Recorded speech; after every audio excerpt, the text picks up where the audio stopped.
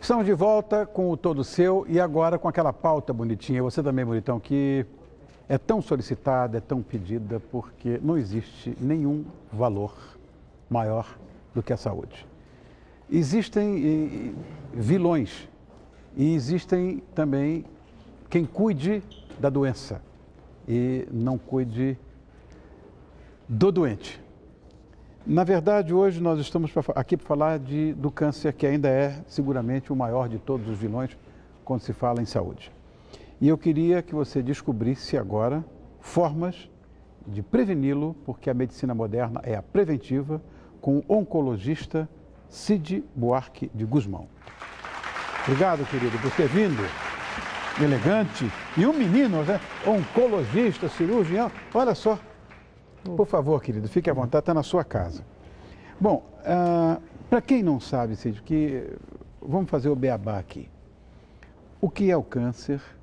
Como ele surge? Todo mundo sabe enfim, mas é bom que um profissional da área, um cientista, nos informe. Bom, o câncer é um conhecido a longa data da humanidade, né? A gente já tem relatos de tumores, de ressecção, de retirada de tumores nos papiros do Egito, né? Mais de 4.000 anos antes de Cristo. O câncer acompanha a humanidade há bastante tempo, a gente já conhece ele há bastante tempo. Mas realmente o conhecimento do que é o câncer, como ele surge ou por que ele surge, é uma coisa bastante recente. Com, obviamente, o desenvolvimento da tecnologia, da biologia molecular, nos últimos 20 anos é que a gente começou realmente a entender como o câncer surge e o que é o câncer. Basicamente é uma conjunção de dois fatores genéticos e fatores externos, tá? O nosso corpo, as células estão se multiplicando, crescendo e sendo mortas o tempo inteiro. Por exemplo, o intestino ele se troca a cada 7 dias, nós temos um intestino novo. Obviamente não de uma vez só, né? Mas assim, ao longo do tempo, a cada 7 dias nós temos um novo intestino. Nessa multiplicação celular ocorrem vários erros nessa multiplicação no DNA e podem ocorrer várias mutações. Tá? Obviamente o organismo tem mecanismos de defesa para corrigir esses erros todos. Quando por algum motivo esse erro não é corrigido, essa mutação se perpetua e essa célula então deixa de ser uma célula normal e passa a ser uma célula maligna então. Então ela não morre, ela continua se multiplicando sem controle de organismo e acaba formando um tumor, tá? Pode ser um tumor benigno ou um tumor maligno. Câncer é um nome que se dá genericamente para mais de 100 doenças diferentes, cuja característica são tumores que têm capacidade de destruir o tecido vizinho e se espalhar e se instalar em outras regiões do corpo. Então seria o tumor maligno, que é o que a gente chama de câncer. Através da metástase. Que coisa! O intestino é trocado de 7 em 7 dias. A pele, todos os tecidos do corpo. As células nossas, elas estão nascendo, crescendo, cumprindo a sua função, elas têm que a gente chama uma apoptose, uma morte celular programada, um período de vida, elas morrem e novas células vão surgindo e repondo esse tecido. Olha, eu tenho fascínio por histologia, eu sou botânico, e eu tenho fascínio por histologia, mas a cada dia eu descubro uma coisa nova. Essa é a vantagem do ser humano, né? O universo é muito complexo e a gente consegue descobrir as coisas. Impecável, impecável. Bom, ele surge dessa forma, mas eu não sei quais são os casos que mais atingem o brasileiro. O câncer é a segunda maior causa de morte do mundo, né? Ele é considerado um problema de saúde pública mundialmente, né? Primeiro qual é? O primeiro ainda é doenças cardiovasculares, ainda doenças cardíacas. A previsão da Organização Mundial de Saúde é que nos próximos 20, 30 anos o câncer passa a ser a maior causa de morte no mundo. Acho que até lá vão descobrir alguma coisa para esse número não acontecer. Tenho esperanças. Na realidade, não. O câncer é uma doença degenerativa. A partir do momento que você envelhece, vive cada vez mais chances você tem dessas mutações ocorrerem e você desenvolver um câncer. Fora os fatores externos nossos, que são cada vez piores. Não, eu estou dizendo em relação ao nível de prevenção, a mortalidade. Muito maior. A mortalidade tem caído assustadoramente. Isso. Não que a gente vai mexer no sistema histológico do ser humano. Mas a mortalidade tem caído. Essa é a grande diferença que aconteceu nos últimos 15 anos. O câncer é responsável por cerca de 12 milhões e meio de casos novos, é o esperado nesse ano no mundo, globalmente. Meu Deus. É basicamente quase um país de casos novos, uma população de um país. Se eu comparar com Portugal, é mais do que um país. O nosso Uruguai aqui Muito 3 mais. milhões, muito mais. Muito mais. Cerca de 8 milhões de mortes no mundo por ano de câncer. Essa é a estimativa da Organização Mundial de Saúde. No Brasil, a gente tem as estatísticas do INCA, né, do Instituto Nacional do Câncer no Rio, que não são muito perfeitas, porque o nosso banco de dados no país não é tão bom assim de registro hospitalar. Mas estima-se para esse ano, cerca de 490 mil novos casos de câncer no país vão ser diagnosticados. Quase 300 mil mortes por câncer esse ano no país. Os mais comuns no homem, o câncer de próstata, seguido pelo câncer de pulmão.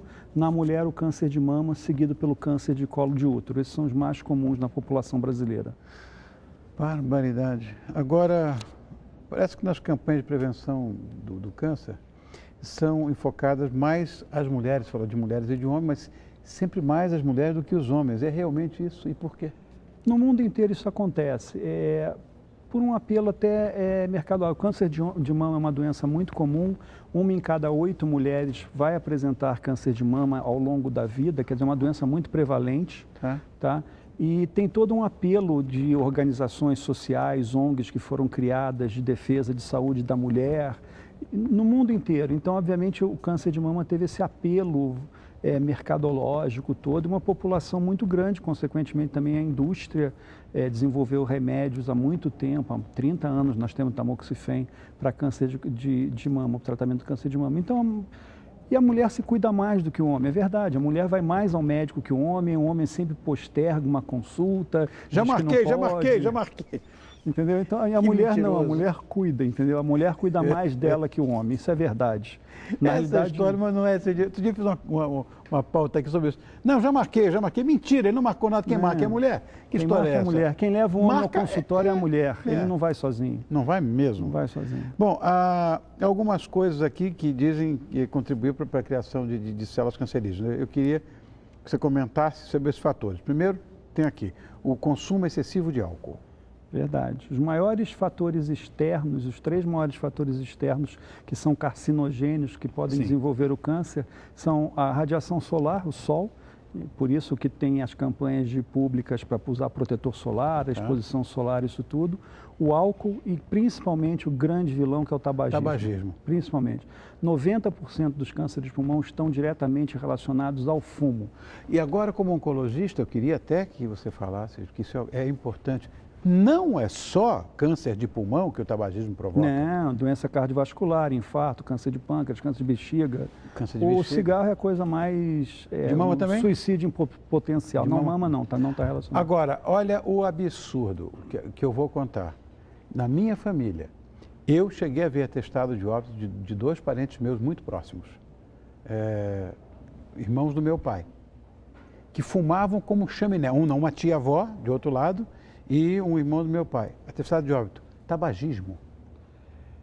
O cara morreu com enfisema, sem respirar. Que coisa absurda. É a pior coisa. E não deixam de fumar.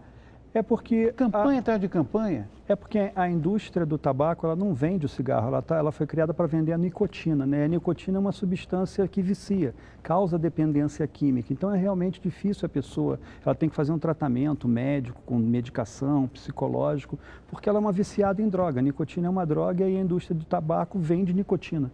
Essa que é o negócio da indústria de tabaco. Bom, sedentarismo.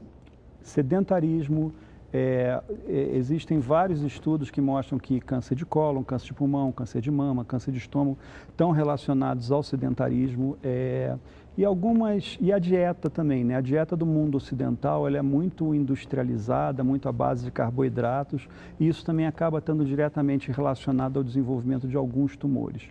Na realidade, a medicina não entende muito bem por que ainda, mas existe essa evidência estatística. Bom, uma outra coisa, que nós falamos muito de medicina preventiva e parece que ninguém dá muita bola para isso e muitos casos de câncer são diagnosticados tardiamente e todos nós sabemos que o câncer, quando é diagnosticado precocemente, o paciente fica curado.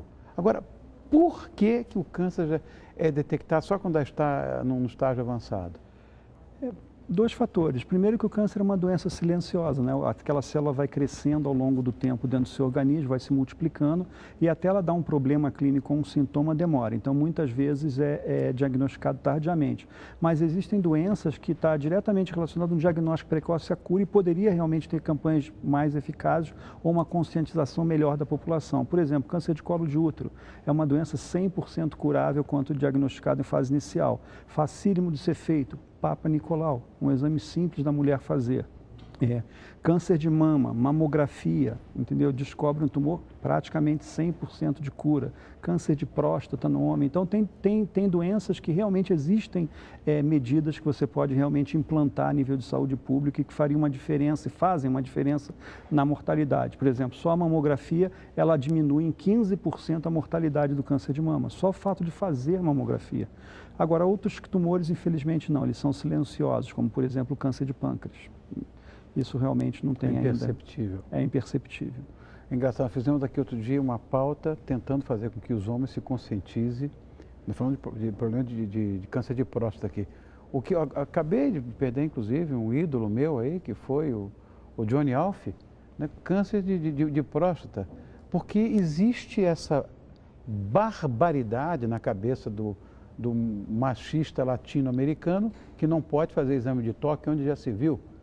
Puxa vida, se diagnosticado cedo um câncer de próstata, eu conheço um monte de amigos meus que estão todos curados, zero bala. Todos curados, assim, há 15 anos, já 20 anos. E com tratamentos pouquíssimos, com pouca toxicidade, com uma radioterapia moderna, não dá efeito colateral nem sequela nenhuma. Mas isso vai mudar do câncer de próstata. Realmente o principal entrave é o toque retal. Mas os estudos têm mostrado agora que provavelmente só o PSA, que é a dosagem sanguínea do antígeno prostático, seja tão eficaz quanto e o toque retal não acrescente nada ao PSA. Talvez seja mais fácil o meu PSA subiu outro dia brutalmente, eu fiquei todo apavorado, fui lá, porque eu faço, né? Fez o toque, você não tem nada. Me deu um comprimidinho e tal coisa e logo depois baixou. Porque ele pode uma infecção urinária, uma prostatite, ou mesmo a relação sexual, se você fez o câncer, o exame 48 horas, sim, a gente sabe. Mas não tinha feito, fui direitinho, não andei de bicicleta, não montei a cavalo. Tem muito falso positivo. Não pode andar a cavalo, não pode montar andar de bicicleta, andar de bicicleta. Tudo bem, estava impecável. Quando eu digo aquilo, eu morri. Não. Fui lá e ele disse, não tem nada. Tem nada, você tem hipertrofia. Hipertrofia prostática benigna, você está com uma, né? Então tudo bem, isso aí é uma... Aumenta. Agora, mas não é isso não, você está com uma infecção, sei lá onde, vou te dar um remédio, acabou, passou. Acabou. Mas aí o cara tem que ir. Tem que ir. Agora, a cabeça de quem tem câncer vira do avesso. E eu queria saber se existe nesse tratamento um acompanhamento, uma terapia, um acompanhamento psicológico nos hospitais. Existe. É uma outra grande mudança que aconteceu no tratamento do câncer, né? O câncer, obviamente, mexe com a cabeça de todo mundo, porque ele está na realidade da morte, né? É uma doença que até pouco tempo atrás não tinha tratamento, não tinha cura, quem tinha câncer ia morrer. Não é a realidade atual, né? 70% dos cânceres hoje em dia são curáveis, é uma doença que tem um prognóstico muito bom, quando tratada adequadamente, descoberta na hora certa, mas por estar relacionada a essa ideia da morte, é óbvio que gera um monte de insegurança e problemas, tá? Hoje em dia, todos os hospitais especializados em tratamento de câncer, eles têm um tratamento multidisciplinar. Não é mais só o médico dar um remédio, quer dizer, você não trata a doença, como você falou, você trata o doente, aquela pessoa, e ela é muito mais do que apenas uma doença. A doença é uma intercorrência em um pequeno momento da vida dela, entendeu? Então, você tem hoje em dia, você tem o médico, você tem a psicóloga, são psicólogas especializadas em pacientes oncológicos, com esse tipo de questionamento relacionado à mortalidade, a dinâmica familiar desse paciente que muda, a dinâmica de trabalho dele que muda, da mesma forma um nutricionista para orientar melhor a dieta do paciente durante o tratamento. Quer dizer, hoje existe uma multidisciplinaridade muito grande no tratamento de câncer. Sem isso, o câncer não é bem tratado. Eu quero só lembrar mais uma vez a você, minha bonitinha que está assistindo, que exames preventivos existem, você deve fazer, deve correr atrás, você também, bonitão, olha o meu caso aí, de repente podia ser uma coisa, não era. Eu tenho uma hiperplasia benigna de próstata, pensei que eu ia morrer. Então, vai fazer. Você também, bonitinho, tem um monte de exames preventivos e hoje novas formas de tratamento, cada dia uma mais nova do que a outra. Cid Buarque de Guzmão, querido, muito obrigado por ter obrigado vindo. pela oportunidade. Pena que a gente não tenha mais tempo, que eu ia perguntar um monte mais de coisas, né? Nada, obrigado. Mas vai voltar aqui, né? Vai ser um prazer. Meu prazer, meu prazer. Ainda mais que é carioca, não é Flamengo, é Fluminense, tudo bem. Para nós botafoguenses é tolerável. Afinal, somos campeões da Taça Guanabara. Prazer em vê-lo, obrigado, querido. Muito obrigado. Volte sempre.